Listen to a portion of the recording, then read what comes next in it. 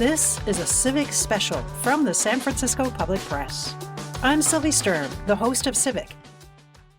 The San Francisco Public Press joined with the League of Women Voters to host a public showing of the Oscar-nominated short film Red, White, and Blue and the documentary Trump's War on Women at the Roxy Theater on March 2nd, 2026. I've come all the way from Arkansas. Yeah, you and everybody from that state. And all the other ones, too. Please. I'm desperate.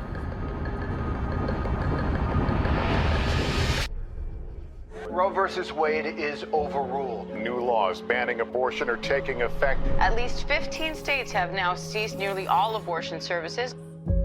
Maybe you're sitting there thinking, I don't know a woman who would have an abortion. Well, you know me. I had an abortion when I was 15 years old. And I'm telling you this because I'm genuinely really scared for women and girls all over this country. The films were followed by a panel discussion led by San Francisco Public Press Executive Director Lila LaHood. I'm going to give a bit of an introduction to set the stage for our discussion about the current state of reproductive health care in the United States. First, we know it really matters where you are. Here in California, our state constitution guarantees abortion access, and more people are traveling here to access reproductive health care as their own states pass aggressive laws to prohibit abortion. Some states are going to great lengths to punish those who seek abortions, as well as the health professionals who provide them. Meanwhile, in San Francisco, this is a sanctuary city for abortion access, where it's legally protecting patients and providers through the San Francisco Reproductive Freedom Act. And this city plays a special role in serving those who need help. Tonight, we have with us two experts in reproductive health care access and the consequences of restricting access, who are going to share their perspectives on the current state of affairs and what has changed since the U.S. Supreme Court's ruling in Dobbs versus Jackson Women's Health Organization that overturned Roe v. Wade, which for nearly 50 years had, at the federal level, protected the constitutional right to abortion. I'd like to welcome our two guests. First, let me introduce, at the far end, we have Diana Green Foster, who is a demographer and professor at the University of California, San Francisco. Diana studies the causes and consequences of unwanted pregnancy and is part of Advancing New Standards in Reproductive Health, commonly known as ANSWER, which is a research program at UCSF. Diana was named a 2023 MacArthur Fellow and is the author of the 2020 book, The Turnaway Study, 10 Years, 1,000 Women, and the Consequences of Having or Being Denied an Abortion. She's recently published a study updating her earlier research, and we'll hear about that this evening. And we also have with us Mariana Horne. She's the Outreach and Education Coordinator at Access Reproductive Justice, California's statewide abortion fund. Her work has been recognized by large institutions for its impact in reproductive health education. As part of the movement building team, Mariana works at the intersection of community education and direct service support, removing barriers to abortion care and advancing reproductive justice teachings across California and nationwide. So I'd like to give everyone a little context from, I read your bios, but could you each tell us a little more about the organizations you work for, the work you do, and tell us why did you get into this work and what drives you? Who'd like to go first? I'm Diana Green Foster, and I work at ANSWER, which is a research program at the University of California, San Francisco. We try and bring evidence to this complicated and political, ideological debate by actually providing some scientific perspectives, some real data, some truth behind all the slogans, which tend to be wrong on both sides, but more wrong on one side. It's a group of scientists all working together. We've done amazing work on, more recently, like access to medication abortion. The thing I'm most known for is the Turnaway Study, which is the consequences of either receiving or being denied a wanted abortion. Because at the time that I started that study, the discussion, the political discussion in the United States was that abortion hurts women, and on that basis, laws have been passed to restrict people's access. And so the question is, does it? And if it does, what's the consequences if people can't get their abortion? If we, to protect them from this decision, stop people from getting abortions, what next? What then? Followed both groups over time, and the first thing we did was thoroughly discredit the idea that abortion causes mental health harm. My colleague Antonia Biggs published most of that in the country's top medical journals. Abortion doesn't cause mental health harm compared to carrying a pregnancy to term, but being denied an abortion causes short-term mental health harm in terms of higher stress, higher anxiety, lower self-esteem. You can imagine that's a really stressful situation. Thank you. And Mariana, tell us a little bit about access and your work. Yeah. Thank you, Rory, for being here. My name is Mariana, ella, she, her pronouns. And I work at the only statewide abortion fund, which is called Access Reproductive Justice. So our main goal is to remove barriers to people seeking abortion. And whether people that are here in California or people come into California to get abortion care. And we try to meet everybody where they're at in their journey and exercising the right to choose terminating a pregnancy.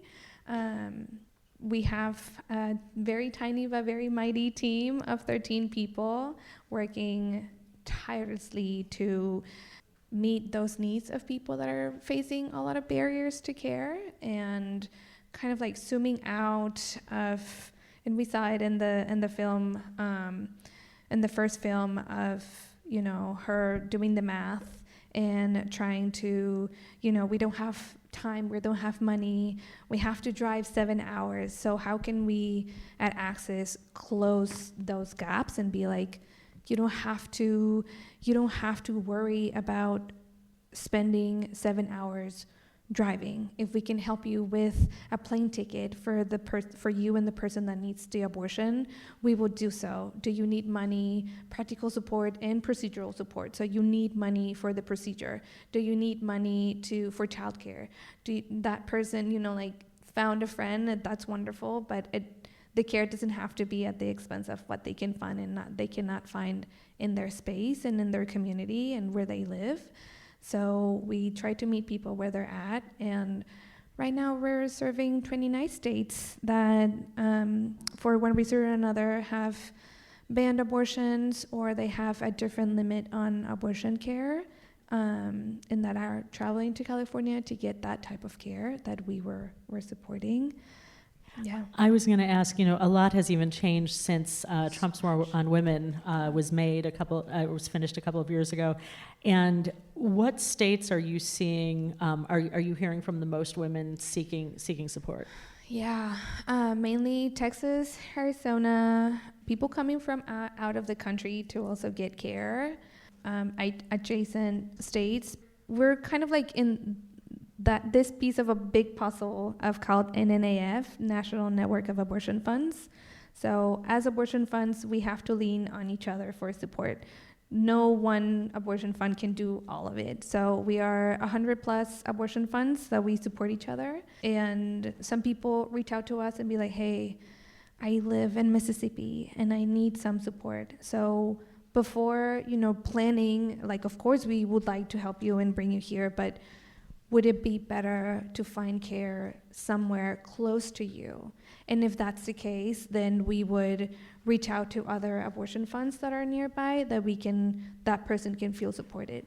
But if that person is like, I really want to come to California because I feel safer, then we will support them in that journey as well. So you try to help make the process as smooth as possible, whether it's keeping them closer to home or bringing them here. Yeah, whatever. We meet them where they're at and what the needs are, and making sure that they feel supported. I have so many follow-up questions. I was thinking about your comment. It's been several more years, and at Answer, we've been documenting the change in access since the Dobbs decision, and what we've seen is literally tens of thousands of people traveling hundreds of miles across state lines to circumvent their state laws. And that scene in the movie where the wealthy lady plops down $200 or however much it was, it's actually that. It's wealthy people giving donations that are allowing people to travel who wouldn't otherwise be able to travel. So it's not just Mariana's group, but funds across the country that are actually, it's the rage donations. It's how pissed we all were when we saw the second movie that's raising the funds that are helping people travel. So that's one way that people are getting their abortions, and the other is by ordering pills online, and that has skyrocketed. The actual total number of abortions in the United States since Dobbs has increased. It hasn't gone down, it's increased. And part of the reason is the support for travel, and part of it is that you can get a prescription for pills from a healthcare provider and have it sent to your home, or you can order them from sites that don't have clinicians involved and have them sent to your house. So it's just a complete change in access that I suspect the Supreme Court was not intending when they did this. That's so interesting. So by putting this extra pressure on the system, it actually caused people to find more effective solutions to improving access. Yeah, it's the power of being so angry that folks gave money, and it enabled people to travel who wouldn't have been able to before. It really is like, I mean, in some ways you don't want to tell the story too much because administrations have a tendency to crack down on stuff they don't like, but it's going to be really hard to, because, I mean, although some states have proposed not letting women travel on their highways, it's really not, really not possible that this can be stopped, I think.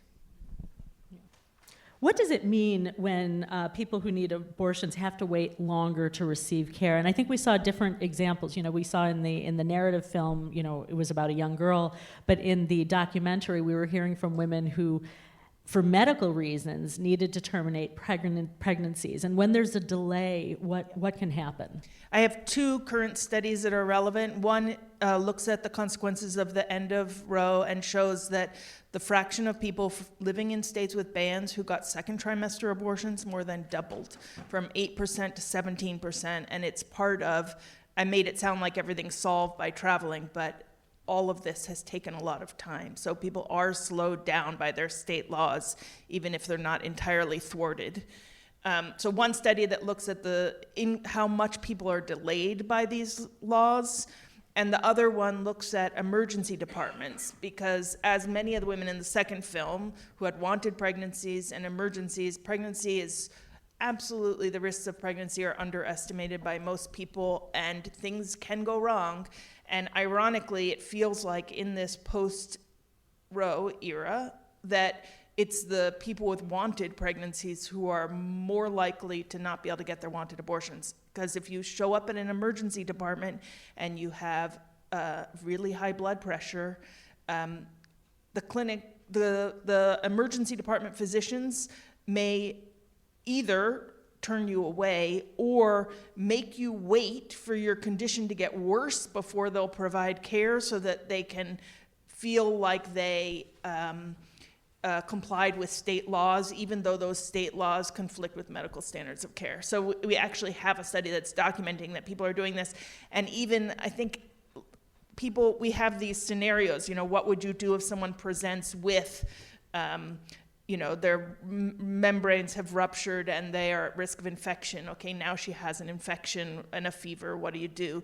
And with the high blood pressure, when the scenario has her having a seizure in the emergency department, and still there are some providers who will make her wait for her condition to get worse. So it's really not good, and that is, people with pregnancy complications, which can be anybody. I just want to name a very recent person, Adriana Smith, that she was in Georgia, and Georgia has nearly total abortion ban, and she was 9 weeks pregnant, and without her consent and her family's consent, she was placed on life support so she could continue the pregnancy. She had brain damage, so she was brain dead, and her family was ready to, put her to rest because they wanted her, they wanted to honor and respect her wishes, but the federal laws didn't. So they, without family's consent, they kept her on life support for 7 months until the fetus was able to breathe out of the womb, and they had to perform a C-section. And after that, they were able to give Adriana Smith body to her family. And that's just one out of many stories of people with uteruses and women that are not being respected, that causes a toll on mental health for her family and the community, and for people that are, in a very similar situation.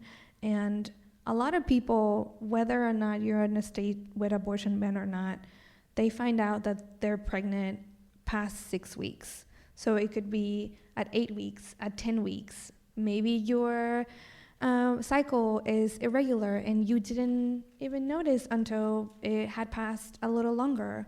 And by the time that they know that they're pregnant, in these states, sometimes it's too late for them to have an abortion and get an abortion.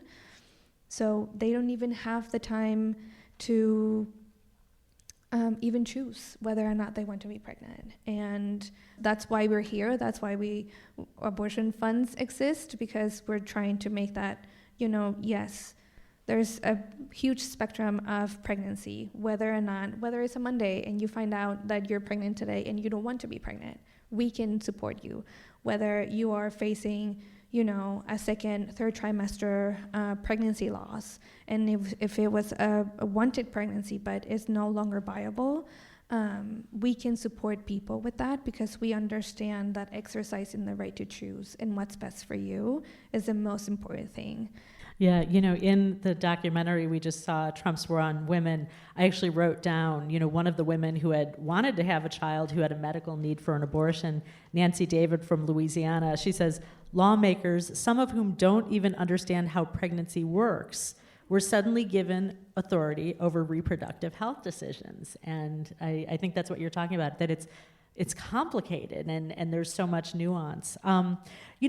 In our conversations leading up to this panel, both of you had talked about various factors that contribute to disparities in access for those seeking care, and how recent legal rulings have exacerbated inequities. Could you tell us a little more about that? Yeah, one of them, the Big Beautiful Bill targeted mainly Planned Parenthood and providers that provide abortion support, even providing counseling on abortion. They are closing those clinics. So the barriers, if we zoom out a little bit, the barriers is not only, they only close that clinic for abortion care, but it's also people that are getting STI, sexually transmitted infection testing and treatment, people that are, that they need HIV medicine and support, people that need PrEP, people that need cervical exams and pap smears, that they need these clinics around their community so they can, they check on their health. So by them closing all these community clinics, they're making it very hard for all these other community members to also get care.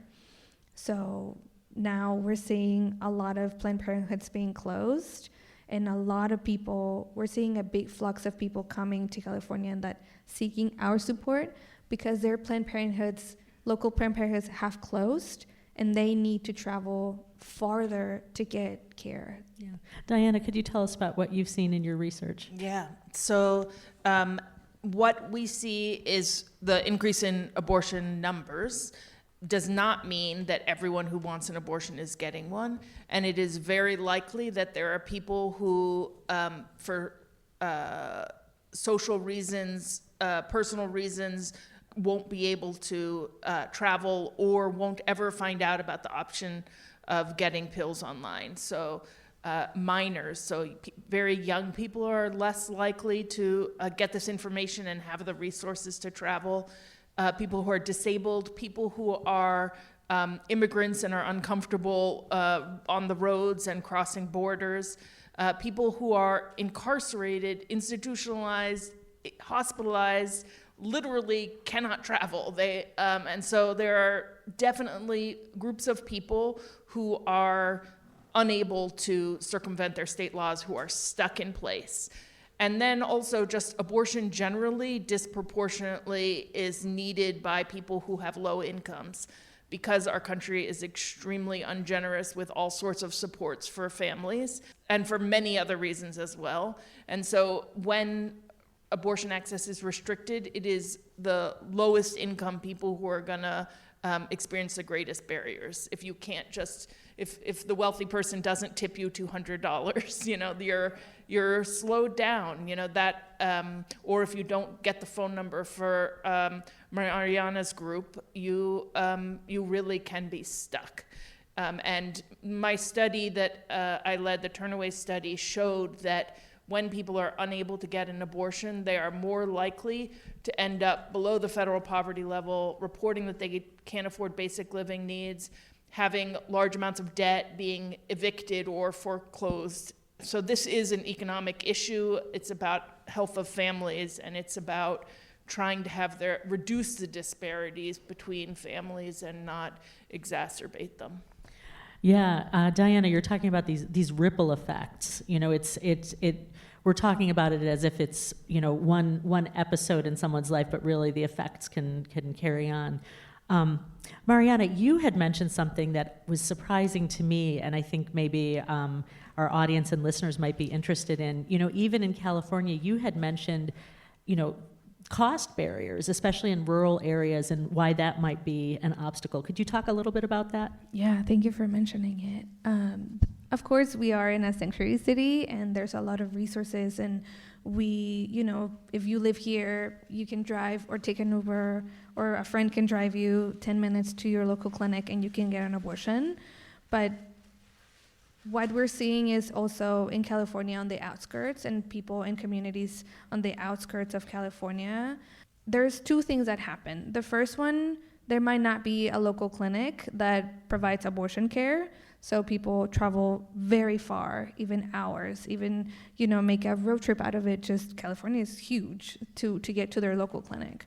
But the second of them is when people are facing a lot of barriers, financial barriers, and they lean on Medi-Cal to get care. So providers in California can even deny abortion care because of the low reimbursement rates that they receive. So for a DNE or a DNC dilation in curettage or evacuation, they get only refunded between $400 and $700. And for medication abortion, they only get refunded around $500.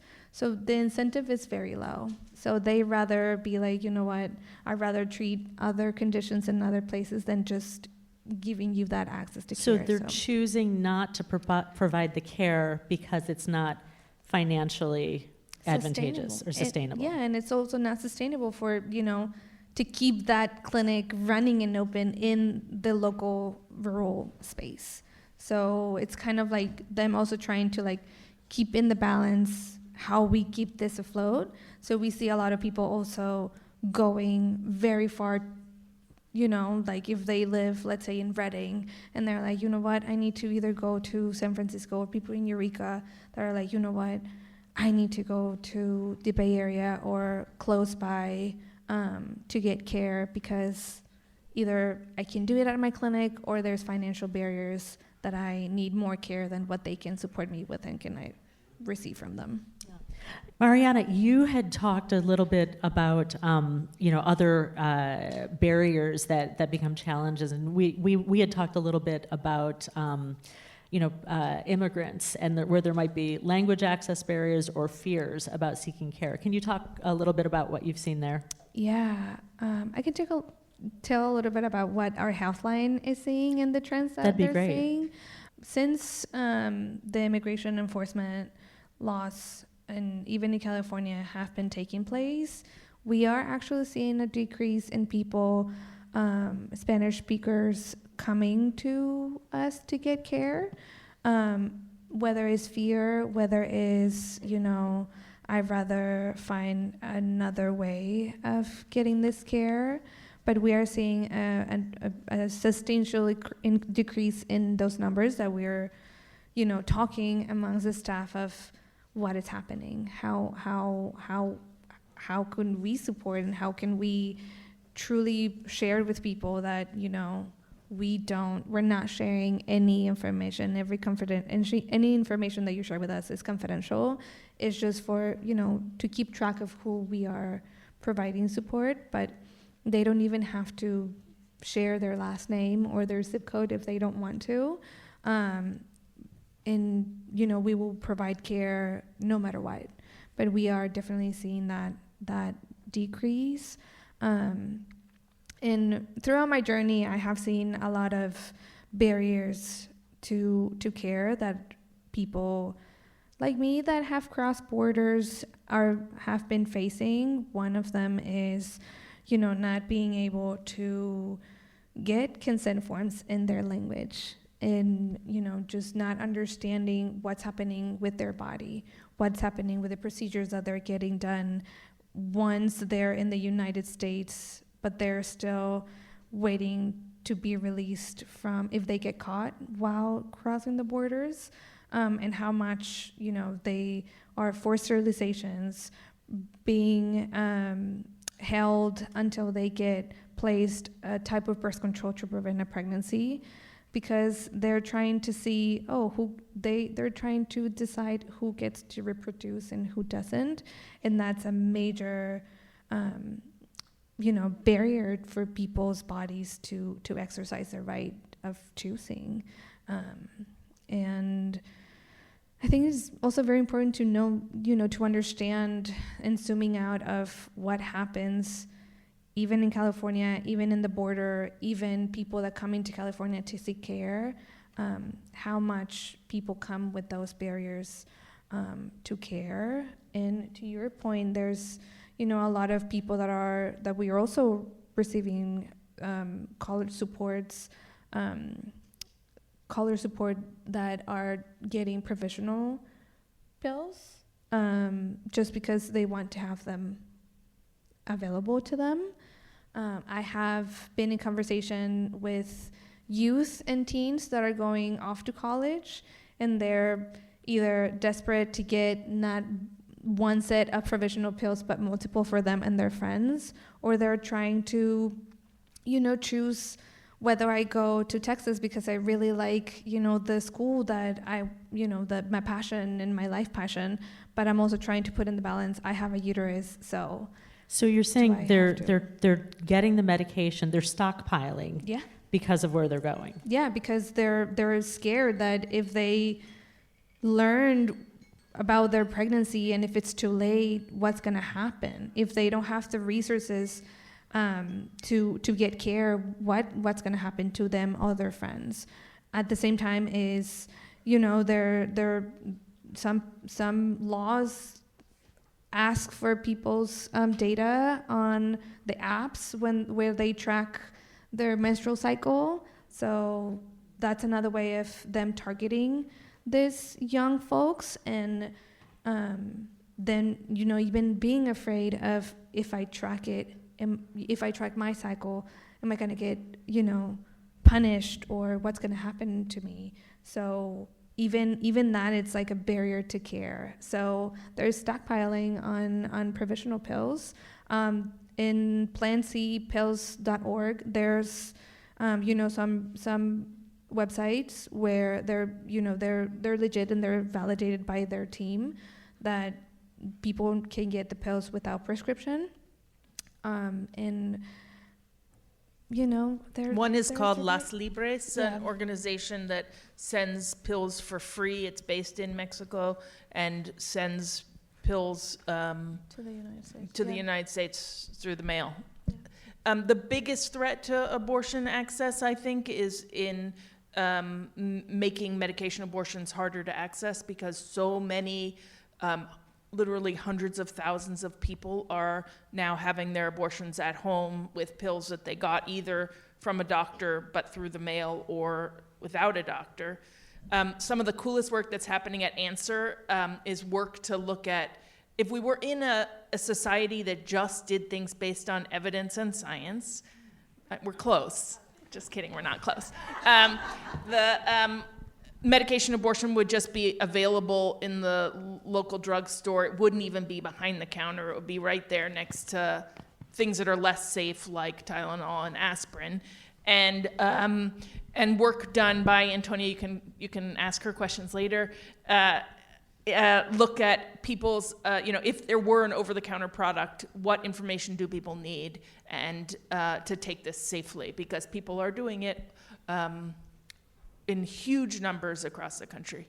And the whole vilifying abortion providers as the idea that women don't know what they're doing and they're being coerced is absolutely undermined by the fact that, in fact, people don't need the doctors at all. They can just get those pills. They understand they're pregnant. They understand what that would mean for their lives and their families, and they are, finding ways of having an abortion despite our government. Yeah, thank you for bringing all of that up. I'm going to turn to audience questions, then I'll have a few at the end, but this actually one is a perfect segue. What does Mariana's shirt say? Great question. So this shirt is from Abortion on Our Own Terms. So it says MIFE, miso, miso, miso. So miso, miso, miso, miso. So 4 miso. So abortion pills is 1 mifepristone and 4 misoprostol pills to terminate pregnancy and to release pregnancy with pills. Someone just asked, how do I get one? Yes, you can get them at abortiononourOwnTerms.org. And we're repping this everywhere we go because, the right to choose and the right for you to get provisional pills, it's incredible, and people can access those without prescription. I haven't heard provisional pills. We always call it advanced supply. But now we can use each other's words. Yeah, advanced supply and provisional, yeah. So here's another question. I was expecting one like this. How do we support states without access other than with money? Voting. I mean, our national elections have huge impact on the laws in specific states, but so voting is one thing, that you can't vote in local. We can move and vote in local elections. I think it's about education, getting the word out too. The Plan C website that Mariana mentioned, there's another one, ineedana.com. Getting information about these sites to people in those states so they aren't trapped, so they can learn they still have options even if the state law tries to restrict those options. How you get the information out without money, I'm not entirely clear, but definitely getting information out is as important as getting money to people who need to travel. And actually, I'm going to follow up with that because, Mariana, you had said that that the money really has been significant in terms of the numbers of people you've been able to help. Yeah, and because we're an abortion fund, we're a nonprofit. We are not. We don't receive federal funding, which, to be honest, that's not great. Surprising at this point. Yeah, not surprising, but it's it's great. But at the same time, because it's like a ripple effect. Something happens, then we see how those other federal laws affect who we provide support to. So we're seeing a really big influx of people coming because those Planned Parenthoods and other clinics have been closed. So. Just did you say that? I think 29. Did you say it out loud to this audience or to me before that 29 states have I think I mentioned clinics that are closing? Yeah, 29 states that we're supporting right now. So, seeing that because we're an abortion fund, we rely on funding, we rely on donations to keep our work going. Our Access to Reproductive Justice is 33 years old. We're not going anywhere. We're going to continue providing support, but we're definitely seeing twice as much people that we saw last in the whole fiscal year. So we expect that number is going to continue going up. So that's a way where people can can support. And if you're not in California, but other places, or you have family, I encourage them to, see on National Network of Abortion Funds, NNAF.org, which one is their closest abortion fund, so they can continue supporting and donating, so we can all continue supporting people and their right to choose. One other tiny thing, it's amazing how many people have joined the effort. Their helplines staffed by volunteers that are lawyers in case you have legal questions when you take these pills. That's if, when, how. There's another one that's staffed by volunteer clinicians. If you take pills and have complications, or you think it might not have worked, or any question, the M&A hotline, you can call them and get information. So the amount of people donating their time and money towards this is why we have not had a major calamity that I think was suggested we were going to have, and it just hasn't been quite as bad because of so much effort. Yeah. Diana, speaking of federal funding, someone asked, have you lost funding for your research because of the Trump administration making cuts at NIH and other agencies? Why, yes, I have. Tell us more. I have a study called, we call it the End of Rose study, but it has some really long name that doesn't have abortion in it. The consequences of changing federal policies on reproductive health, maybe. And it got canceled because of DOJ. And some of my colleagues who have other abortion-related grants weren't canceled, just mine. And so I was taking it extremely personally. But then I looked at my, and they didn't say why, they just said, this study does not is not scientifically interesting or important or something. And then a bunch of stuff about gender minority people, and I just thought that was, boilerplate language, but then I looked at my proposal and it said that 36 million women and an unknown number of trans people will be affected by this law. And so then it was tagged as being about trans people. So then it was canceled. And I got the money back 6 months later, not because somebody was like, wow, that was so stupid of us. We never should have canceled this grant. I never got an apology. No, I doubt anyone felt bad about it there, of the DOJ guys. But a judge somewhere decided that it wasn't right once something has gone through an intense peer-reviewed scientific process to get funding. It's so hard to get that they can't just change priorities after it's gone through scientific peer review. So my money was given back 6 months later. So I gotta say, audience, you are on fire. The range of questions here is amazing. Is there any research or are there statistics showing infant mortality or maternal mortality increasing in states with bans? Yes. Tell us more. But it's not mine, so I don't have the numbers memorized, but this is an area where it is possible to see the impacts, and it's not exactly what you think.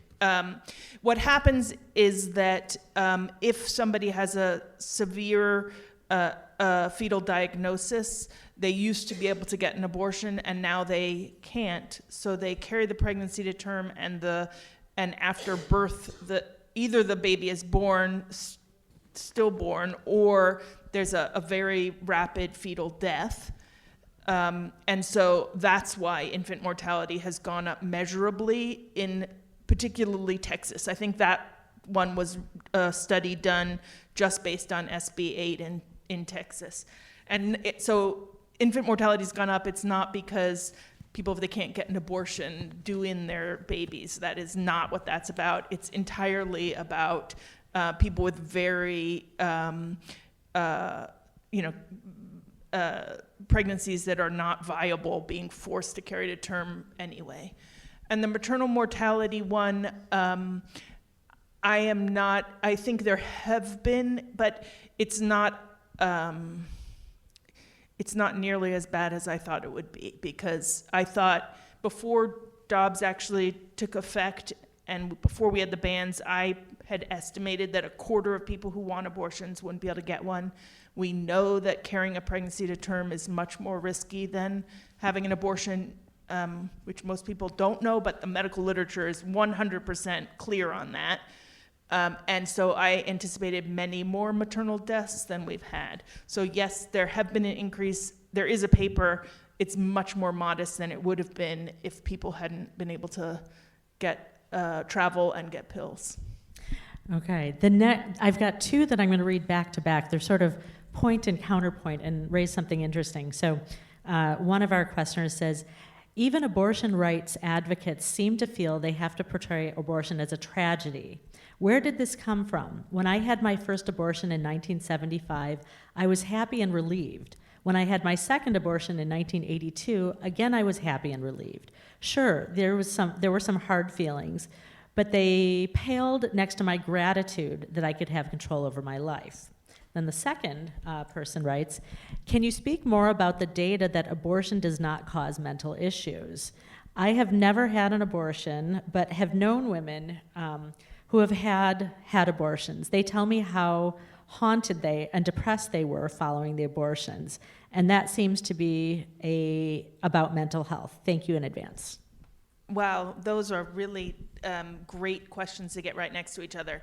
So it was a major focus of the Turnaway Study was to scientifically examine whether abortion is associated with mental health harm, and not just does it cause a pathology like depression, but how do people feel about it? Do they have emotions that are relief, regret, sadness, anger?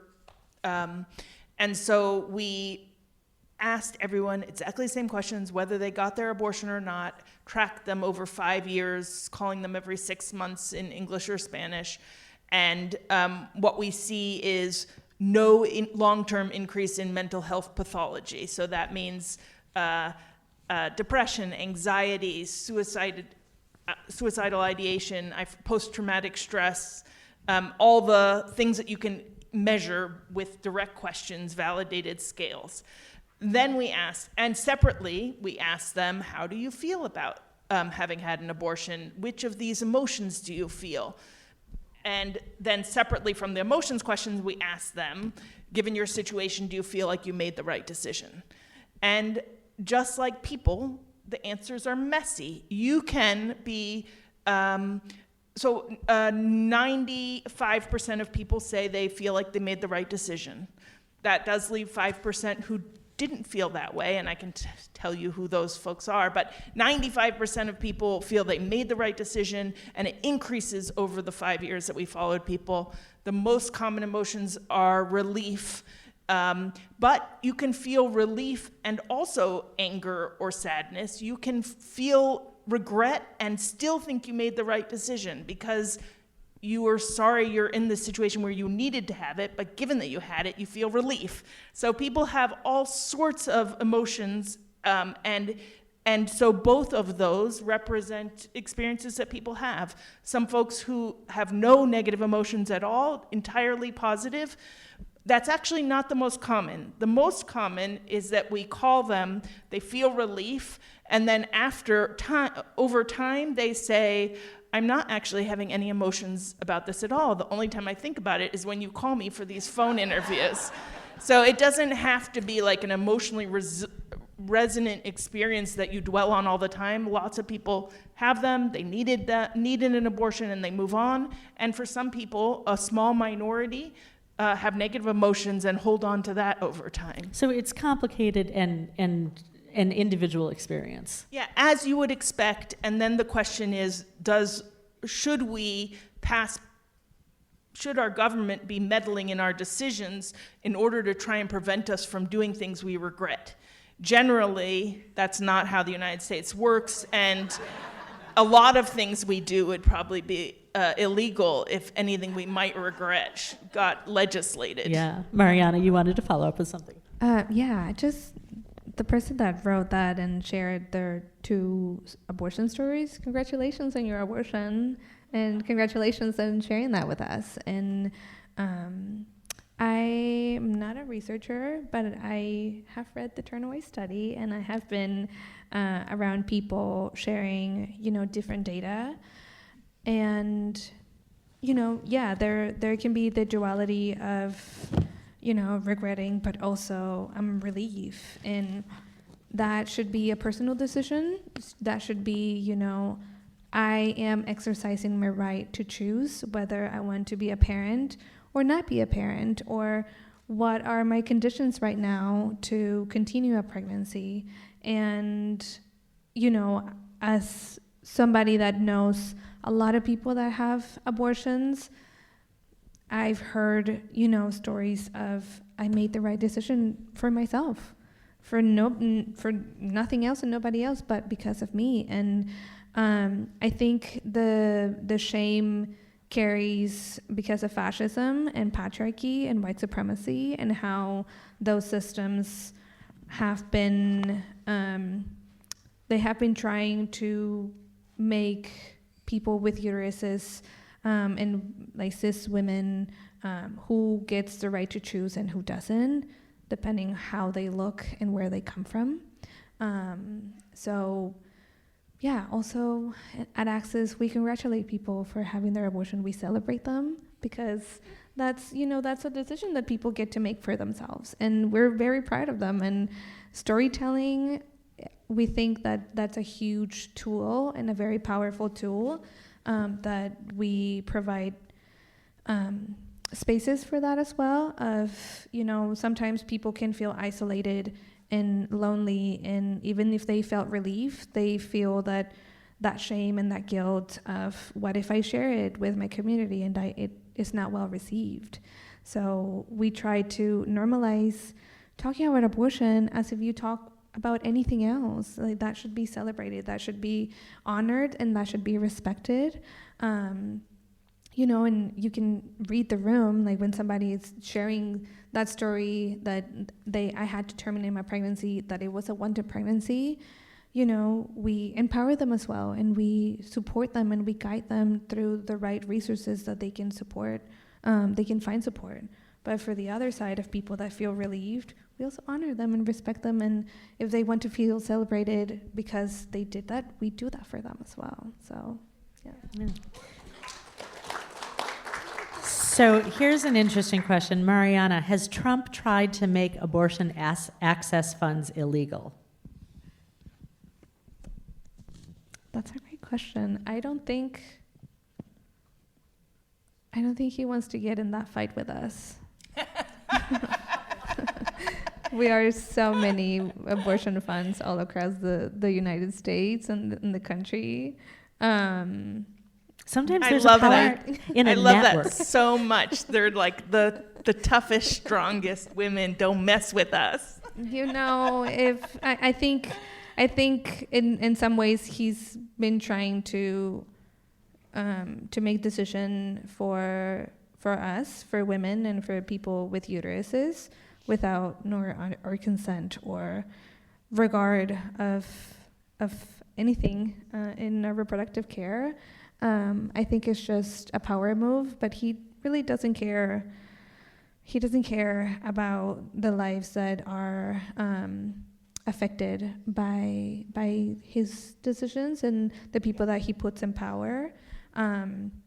But we are seeing, the effects on other laws that he's able to. I think the biggest thing is we don't rely on federal funding. We rely on donors and people that want to gift their financial support to us so we can continue supporting that. I think that's the big thing that I don't think he can do that. So here's kind of a follow-up, sort of two-pronged. How do you get the word out to the people who need your help in those states? And are any of those states that have the bans creating obstacles to your organization or targeting your work in their states? Yeah, that's a great question. The first one of getting the word out, we believe, and I truly believe, that the word of mouth is so powerful, and nowadays it's more powerful than ever. So, us sharing resources right now, we have a table right outside with all those resources together, because I'm not only coming here to share resources about access. I'm sharing, we're a part of a community. We're a part of this puzzle that we support each other and we help each other. So I think word of mouth is very powerful. Somebody could be like, oh, I was in conversation with somebody and they needed care and support, and they'll be like, oh, I have a sticker for that. And they can just pass all those stickers and those resources to other people. Somebody asked, what is the phone number for Access? That's a great question. If you go to accessrj.org, you can get the support that you need through different ways, because we understand that people like to communicate their needs in different ways. So people can call our helpline, they can fill out a form, or they can text our case managers for them to get care that they need. Okay, I'm going to try to go fast through a couple more. How is the crime of traveling for an abortion detected and arrested? No, it's not. It's absolutely a ridiculous, unenforceable law that's just intended to intimidate people. And I don't think it even passed. It was just one of these, proposals. So it's about stoking fear. It's about, and expressing the force of the state government. This is interesting because you've said that it's easier, Diana, you said it's easier now to access medicated abortion, but the question is, do we know if more women are resorting to self-abortion? I thought that we would be inundated with reports of people harming themselves, and we haven't. And maybe the media is not picking it up, but I don't think so. It's an absolute miracle. And in Latin America, they've known about misoprostol. That's one of her mesos. They've known about this. It's an ulcer medication. It stops hemorrhaging postpartum. So it's a widely available drug. And when the word got out that this medication could be gotten from your pharmacy with no prescription, you just say, my grandma has an ulcer, and they give it to you, there was a measurable and massive drop in mortality due to unsafe abortion. So, and that was all word of mouth, getting the word out. Oh, it wasn't entirely. I heard at one point there was an ad saying, that was late night TV, and it would say, don't take 2 tablets of misoprostol 2 hours apart in your cheek if you're pregnant. Don't do it 2 hours apart. Remember how many pills, so I think there was a little bit of advertising, but not too much. It really, when people are so desperate for this information, it flows faster than I had expected. I absolutely thought we'd be hearing about people harming themselves. And in fact, at Answer, my university, we have been documenting that people do still try unsafe methods, but it's just nowhere at the numbers that I expected. Thank you both so much. I'm going to ask 2 more questions, and there are more in this stack that I wish we could address, but if people, will you be around for a minute if people didn't get their question and answered? whoever wanted to talk about shame and where that came up, I would love to talk to you too. Okay. So, Mariana, what is the gap between the number of people you and other abortion funds can financially support versus the number of people asking for support? Are you able to satisfy the need, or do you need more? Yeah, any donation, it's greatly appreciated, and the more the merrier, so we can continue supporting people. We don't turn anybody away. So anybody that needs care and support, we will support them. The range is very wide. So somebody could just reach out to us for I just need procedural support, and I have $500 that I would like to pay, but if you can help me with another $500, please help me. Or, that's it. Or somebody will be, hey, I paid for my procedure, but I'm traveling and I think I'm going to be a little bit tired. So can you help me with, a place to stay for a couple of days until I recover and I can go back. So it could be, $50, $100, $20K. It really depends on the experience of, what they're needing in the moment and what are the practical support that we can provide for them. My experience in an abortion might be very different from a friend, even if we're like in very similar situation.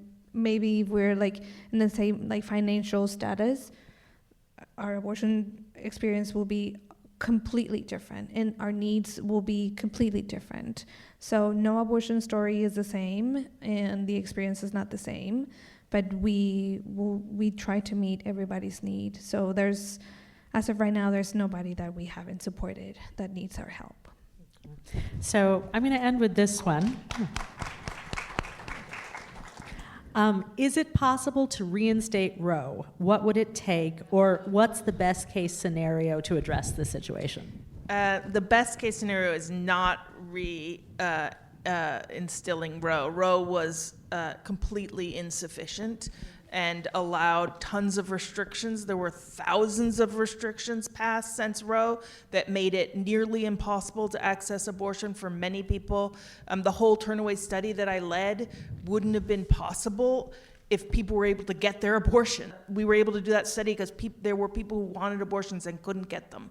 So Roe was absolutely not good enough and not evidence-based. It put random lines that have nothing to do with people's experiences or medical needs or anything in there. So maybe it was seen as a compromise, but the compromise does not need to happen at the state. It needs to be a decision that people make for themselves. Let's not root for Roe. Let's root for something better. Do you have an idea of what it can be? I think you're right. Just something that we say amongst other abortion funds and organizations is Roe was the floor of some other new things that we could do, and we're fighting every day to make sure that everybody exercises the right to choose. And we, reproductive justice is 30-something years old. Like the full definition of reproductive justice is the human right to choose, the right not to choose, and the right to parent in safe and sustainable communities. So I think Roe was just the floor that, yes, for 50 years, it was better than not having it, but after being overturned, there was so many other things that happened after overturning it that we're paying more attention to. We're fighting for it, we're making new bills, more laws. At Access, we have our policy and coordinator that has passed and helped pass so many bills in reproductive care in California. And she continues to do so. And if it was not because, Roe was a floor of what are the other possibilities for us, resources needed in different groups, we would not continue to do that work. Yeah, I don't think we were rooting for Roe to be back, but something better than Roe. Better for that, and we don't know when that will happen, but to be a reproductive freedom state where nobody faces barriers to care in California. Thank you both for joining us this evening. Thank you for throwing this wonderful event. This was a good conversation. Yeah. Okay, thank you to our audience for being here, for connecting with us. We hope that you'll join us for future events. Thanks so much. Have a good night. Civic specials like this one are part of the audio offerings of the San Francisco Public Press. Civic is the flagship public affairs program of the San Francisco Public Press, bringing you original narrative stories from communities across the Bay Area. Listen on KSFP LP in San Francisco at 102.5 FM. Stream our programs online or listen anytime on the San Francisco Public Press YouTube channel. Civic's theme is by John Dillon. Additional music from the Blue Dot Sessions. I'm Sylvie Sturm, the host of Civic. Thanks for listening.